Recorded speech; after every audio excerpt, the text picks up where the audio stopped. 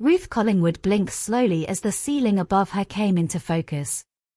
The harsh white lights of Royal Vale Infirmary buzzed faintly, and the sterile scent of disinfectant filled her nose. Her throat was dry, her limbs heavy. She reached for the call button but her hand trembled, barely making it halfway. How long had she been here? A nurse entered, brisk and distracted, glancing at the monitors before offering a clinical smile. "You are awake. Good. You gave everyone quite the scare," the nurse said, checking Ruth's chart. "You were found unconscious by the roadside just outside Woodhurst. You have been here 3 weeks. 3 weeks." Ruth tried to sit up, panic rising, but her body protested with sharp pain. "My daughter," she croaked. "Olivia. Has she been here?"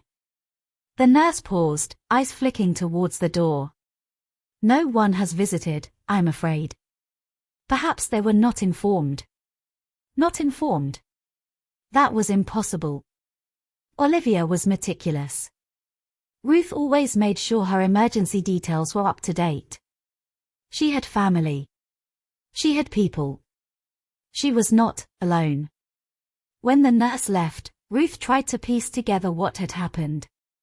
Her memory was foggy, but she remembered leaving the village that day. Rain falling. Her boots soaked.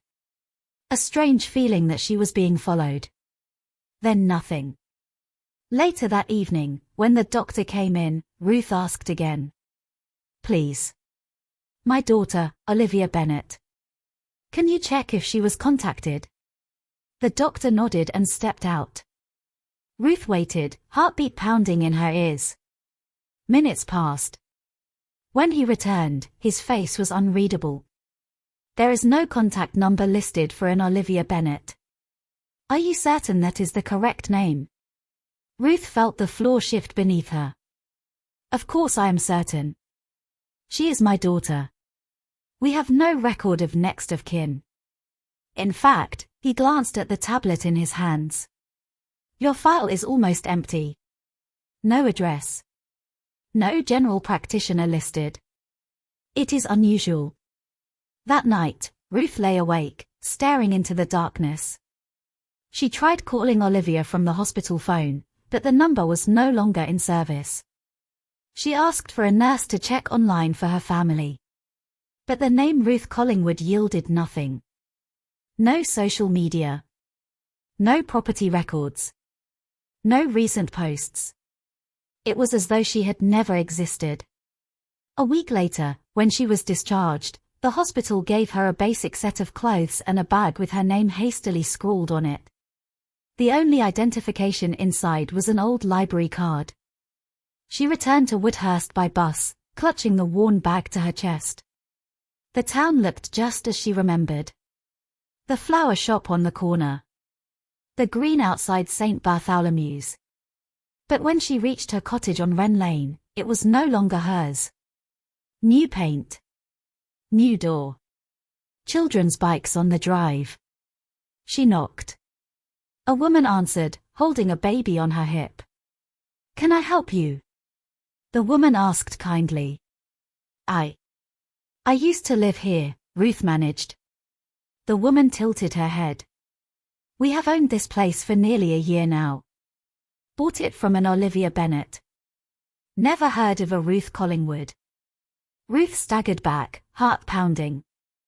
She looked across the road at number 17, where old Mrs. Atwell used to live. She knocked there next.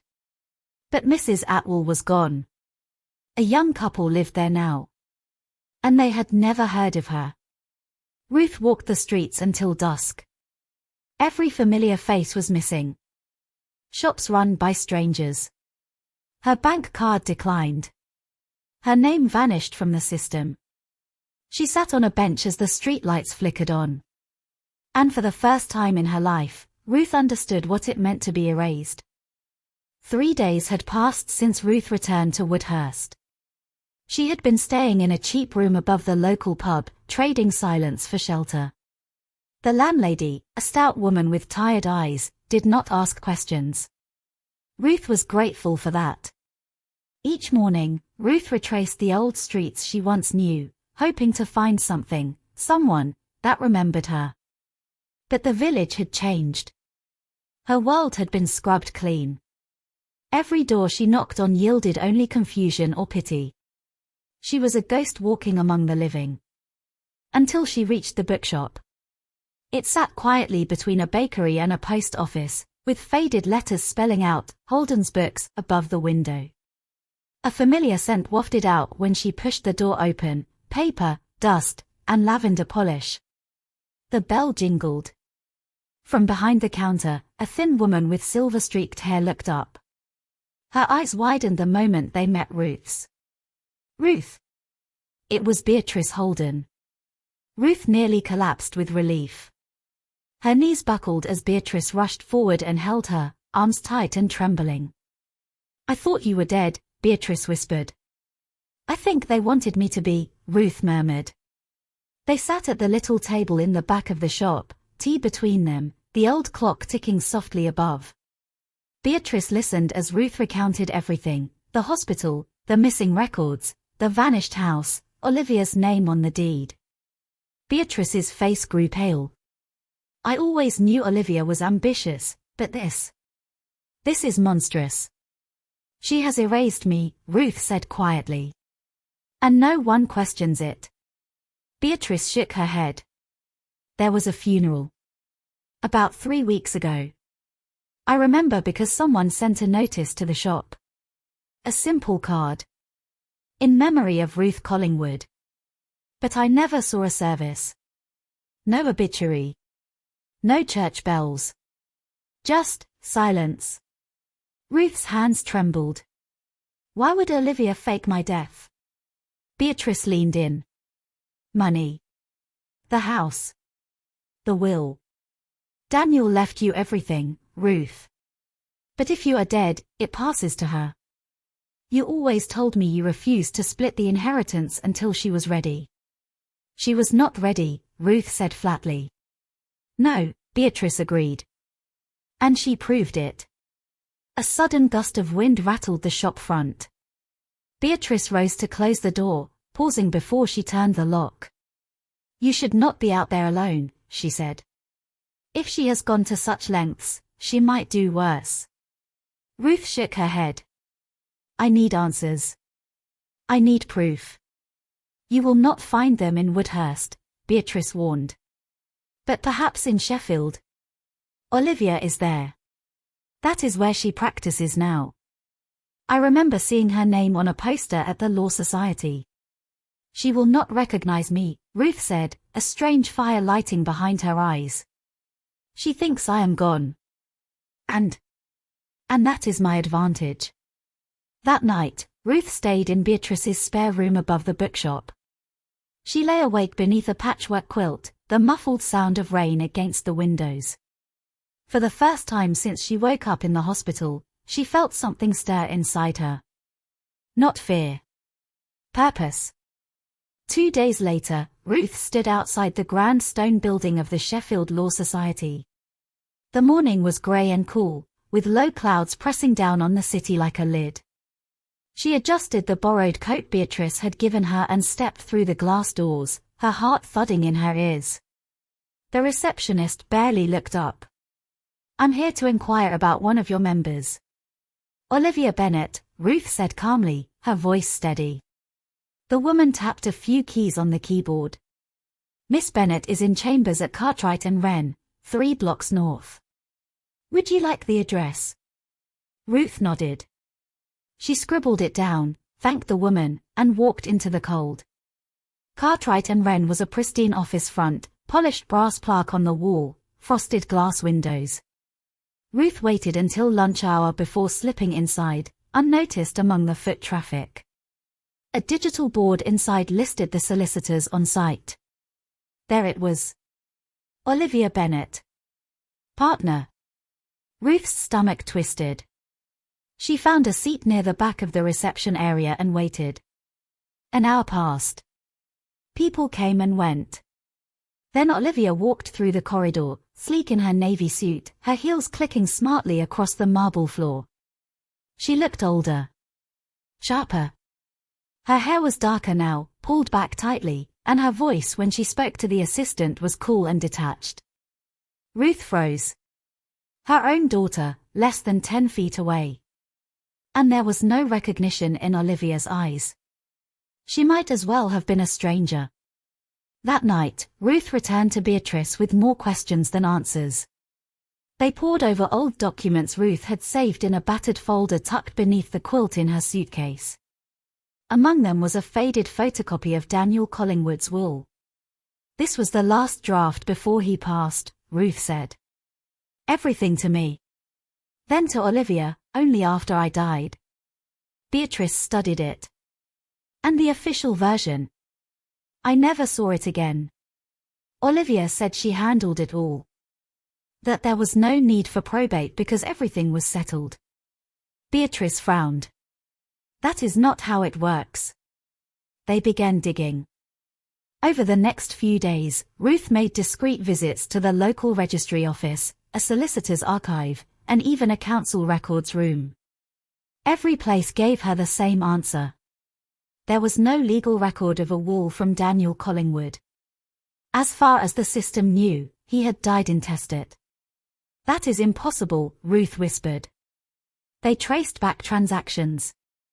The sale of the house, the transfer of assets, all legally executed, but with one glaring detail. Ruth's signature was missing. I never signed these, she said, pointing at the documents. Then someone forged them, Beatrice whispered. But if that is true, she has committed fraud. Ruth sat back, stunned. They had not just removed her. They had impersonated her. The final blow came when they checked Daniel's burial records. According to the council, Ruth Collingwood was buried beside him. Plot number 42, St. Agnes Cemetery. The date of burial was the same day Ruth was admitted to the hospital. She had not just been erased. She had been replaced. The next morning, Ruth and Beatrice visited St. Agnes Cemetery. The wind was sharp, carrying the bitter chill of early spring. The gravel path crunched beneath their feet as they made their way past moss-covered headstones and wilting flowers. Plot number 42 stood beneath a bare oak tree, its branches creaking in the wind. The stone was new. Simple. Grey. Ruth Collingwood. Beloved wife and mother. Forever in our hearts. Ruth stared at it in disbelief. I am not even dead, she said quietly. Beatrice reached out and squeezed her arm. Someone paid for this. Olivia, most likely. It is how she made it official. Ruth knelt and brushed her fingers across the engraved letters. Her name. Her supposed death date. Everything about the grave was real, except her. As they turned to leave, Beatrice paused. A small photograph had been tucked into the base of the headstone. Weather-worn and slightly faded, but unmistakable. It was Ruth. But not the Ruth who stood there now. The woman in the photo was smiling in a hospital bed. Pale, but dressed in her favorite green cardigan. Her eyes closed. Peaceful. This picture, Ruth whispered. I never posed for this. Beatrice looked closer. Look at the background. That is not Royal Vale. That is a hospice. Ruth's mind spun. Someone had staged this. Later that day, back at the bookshop, they sat surrounded by papers, notes, and old photographs. Beatrice dug out an old photo album Ruth had left in her care years ago. They searched for something, anything, that might prove Ruth's true identity. We need someone who can confirm you are who you say you are, Beatrice said. Someone official. Ruth thought hard. Dr. Fletcher. He treated me after Daniel passed. He knew me. He was kind. Is he still in Woodhurst? Ruth nodded. If he has not retired. They drove to the Woodhurst Health Centre that afternoon. The building had not changed. Same stone walls. Same narrow windows. Ruth's heart pounded as they walked inside. At the reception desk, a young assistant looked up politely. "May I help you?" "I am looking for Dr. Neil Fletcher," Ruth said. "Is he still practicing?" The assistant typed quickly, then nodded. "Yes. He has a clinic today." "Do you have an appointment?" "No, but it is urgent," Ruth replied. Moments later, a tall man in a grey coat stepped into the hall. His beard was shorter now, and his hair more silver, but Ruth recognized him immediately. "Dr. Fletcher," she said. He looked at her, puzzled. "Yes. Have we met?" "It is me. Ruth Collingwood." He stared at her, blinking slowly. Then his expression shifted. "Ruth. But I attended your memorial." "No," she said. "You attended a lie." They sat in his office for nearly an hour as Ruth poured out her story. When she finished, he removed his glasses, rubbing his eyes. "Do you have any proof?" he asked. Ruth opened her worn handbag and retrieved the folder. She handed him the old will, the hospital discharge paper, and the photo from the grave. Dr. Fletcher examined them one by one, then leaned back in his chair. "This is madness," he said softly. "But I believe you." Ruth exhaled slowly. "Can you help me prove it?" "I can write a statement," he said. "Confirm that I knew you personally. That I treated you after Daniel's death. That you are very much alive." Ruth smiled for the first time in days.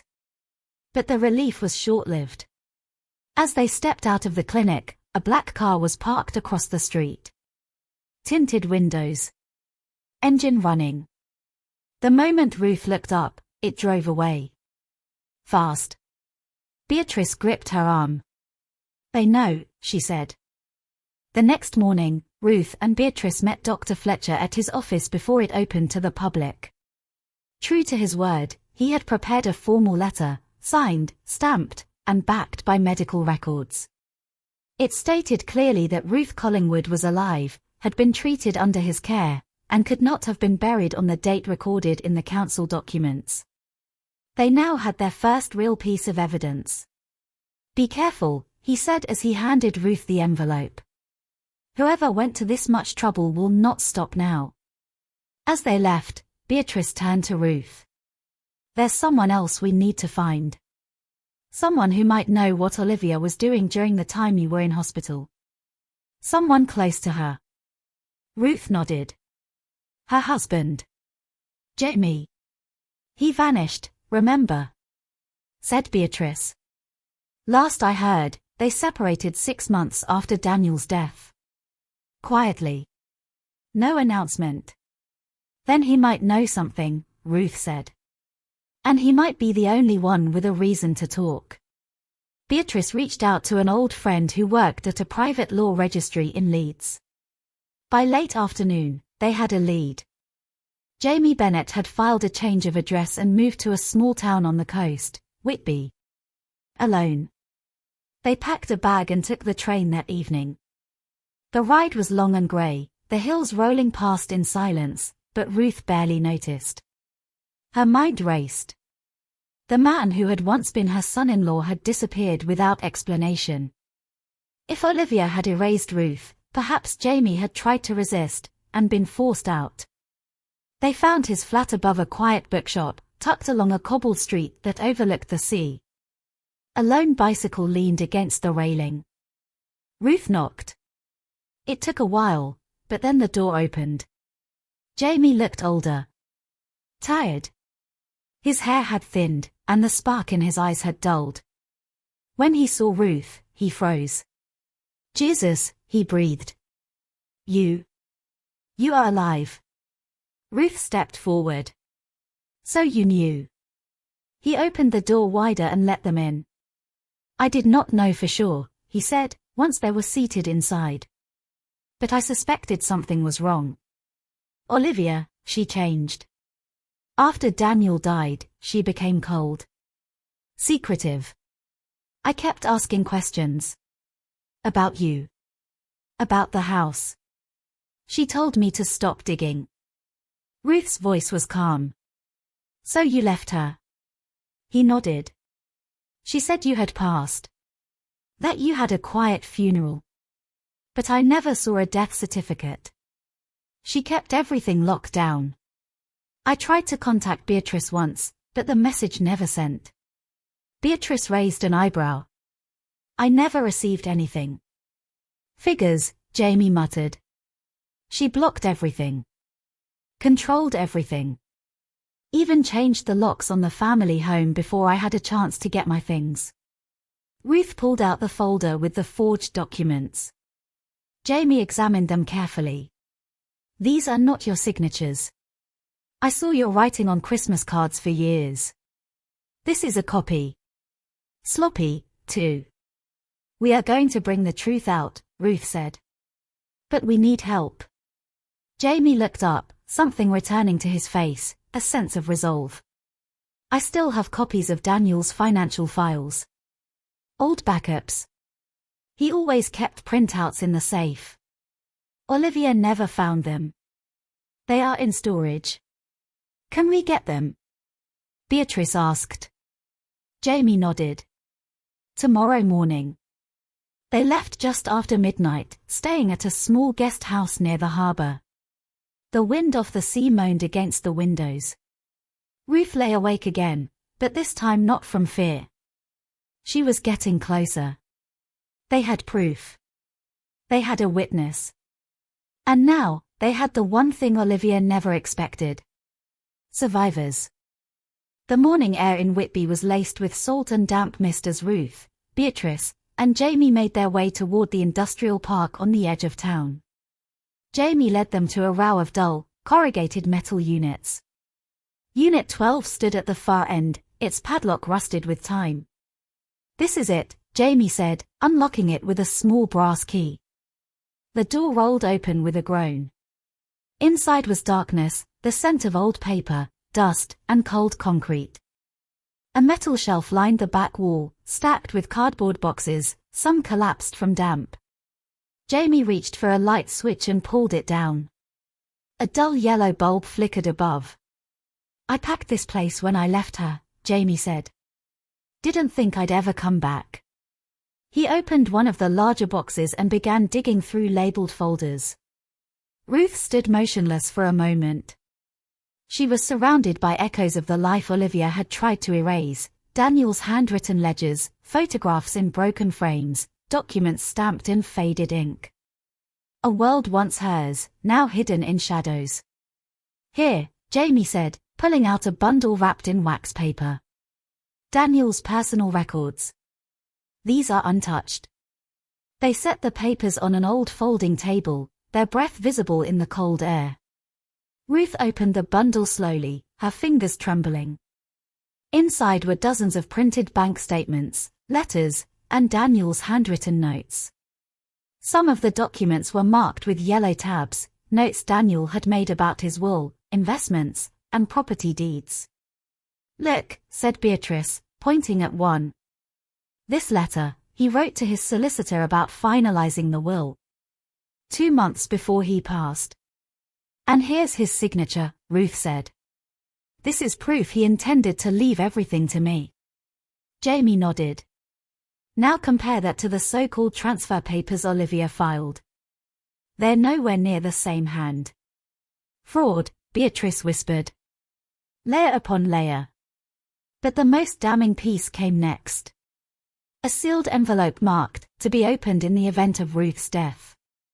Jamie looked up. I never saw this. Ruth hesitated, then broke the seal. Inside was a letter, Daniel's handwriting unmistakable. Ruth. If you are reading this, it means something has gone terribly wrong. I don't trust Olivia. I've seen how her ambition has darkened her judgment. If she tries to claim what's yours, fight her. I've documented everything. You are my wife, my only heir, and the keeper of what we built. Daniel. Ruth's hands trembled. It was not just about the house. It was about everything. Suddenly, the silence was broken by the sound of tires on gravel. Jamie rushed to the door, peering out through a gap. "A car," he said. "Black. Same one from the clinic." "Get the files," Ruth said. "We need to go. Now." They packed everything into Jamie's duffel bag and locked the unit behind them. As they moved through the rows of storage units, Ruth caught a glimpse of the black car inching forward at the far end of the lane. No license plate. Tinted windows. But this time, it didn't drive away. It started moving toward them. "Run!" Jamie shouted.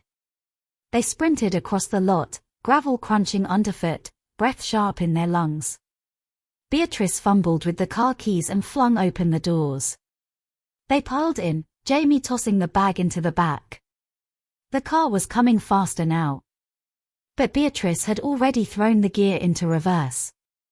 The tires screeched as she swung the car round and shot out of the lot, the black vehicle just a few meters behind. They didn't speak as Beatrice drove through the winding roads back toward town, heartbeats loud in the silence. Finally, Jamie turned. "They know we found it." Ruth looked down at Daniel's letter in her lap. "And now, we know who they truly are." Back in Sheffield, Ruth, Beatrice, and Jamie moved quickly. Time was no longer on their side. The evidence they held was strong, but fragile. If anything happened to them, it could vanish again, just like she had. Beatrice's cousin, a barrister named Eleanor Shaw, agreed to take the case. She met with Ruth the same night they returned, carefully examining Daniel's letter, the will, and the forged documents. "You have more than enough for an emergency injunction," Eleanor said. "But this will draw attention. And Olivia? She will not go quietly." "I expect nothing less," Ruth replied. Within 48 hours, they were granted an urgent hearing before the county court. The judge agreed to freeze all transactions and assets linked to Daniel's estate pending investigation. The date was set. Ruth was finally going to be heard. News of the hearing spread fast. And then the phone calls began. Blocked numbers. Silent lines. One night, Beatrice found her car tires slashed. Then came the letter, slipped through the bookshop door. "Stay quiet, or we'll finish what we started." Ruth burned it in the sink. She wouldn't be frightened again. The day of the hearing arrived, grey and cold. Ruth wore a simple navy coat, the same one she had on the day she was buried. Jamie walked beside her. Beatrice followed, carrying the documents in a locked case. In the hallway outside the courtroom, Olivia stood waiting. She was immaculate. Tailored black suit. Blood-red lipstick. Her eyes locked with Ruth's, and did not waver. "You should have stayed gone," Olivia said softly. Ruth stepped closer. "You made a mistake," she replied. "You left me breathing." Inside the courtroom, everything slowed to a hush. Ruth sat at the front with Eleanor, while Olivia was flanked by two sharp-suited lawyers. It began with the will. Eleanor presented the original draft, the solicitor's archived correspondence, and the clear handwriting match with Daniel's notes from the storage unit. She followed with the forged documents Olivia had used to transfer Ruth's property, none bearing a legitimate signature. Then came Dr. Fletcher's testimony, followed by Jamie's. Every piece fit. The judge asked questions, firm, direct, but Ruth met every gaze with calm resolve. She was no longer the woman hiding behind the counter of a second-hand bookshop. She was the widow of Daniel Collingwood. And she had returned for the truth. Midway through the hearing, Eleanor placed Daniel's sealed letter on the desk. She read it aloud. The room went still. Even Olivia looked shaken. The judge called a recess. Outside, Olivia confronted Ruth near the corridor window. "You think this will end the way you want?" "I think it's already ending," Ruth replied. Olivia's voice cracked slightly. "You don't understand the mess you've made." "No," said Ruth. "You don't understand what you destroyed. By the time they returned to the courtroom, Ruth knew, regardless of what was decided that day, something irreversible had happened. Olivia no longer held the narrative. She no longer held Ruth's silence. She no longer held power. 2 weeks after the hearing, the verdict arrived. The court had ruled in Ruth's favor. The forged documents were invalidated. The estate of Daniel Collingwood was to be restored to its rightful beneficiary. Olivia was ordered to pay restitution and placed under formal investigation for fraud. It was a victory, but not the kind Ruth had imagined. No cameras. No headlines. Just silence. Ruth stood once again at the gate of the house on Willow Lane. It looked the same, white brick walls, ivy creeping along the edges, the same red door Daniel had painted himself. But it no longer felt like home. She stepped inside slowly. Dust had settled in the corners. The hallway echoed with the sounds of old life, footsteps, laughter, arguments in the kitchen. The air held memories like ghosts. In the lounge, a single photo frame remained. It had fallen face down on the bookshelf. She picked it up. It was a picture of her and Daniel, smiling under a grey autumn sky, arms around each other.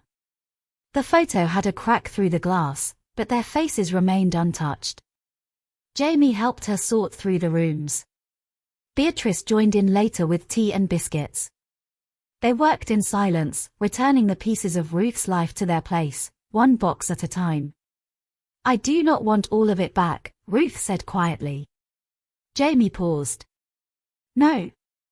I want only what is mine," she replied. "Not the lies. Not the weight." Later that night, Ruth sat in the garden with a blanket around her shoulders. The apple tree Daniel had planted was still there. Bare now, but sturdy. Beatrice joined her, 2 cups of tea in hand. "What will you do next?" she asked. "I'll reopen the bookshop," Ruth said. "A new name. Something quiet. Something honest." Beatrice smiled. "You could have stayed hidden. But you didn't." "I did for long enough." The stars were beginning to show above the rooftops. Cold and steady. Ruth sipped her tea and closed her eyes for a moment. It had taken death for the world to hear her voice. But she had spoken. And she would not be silenced again.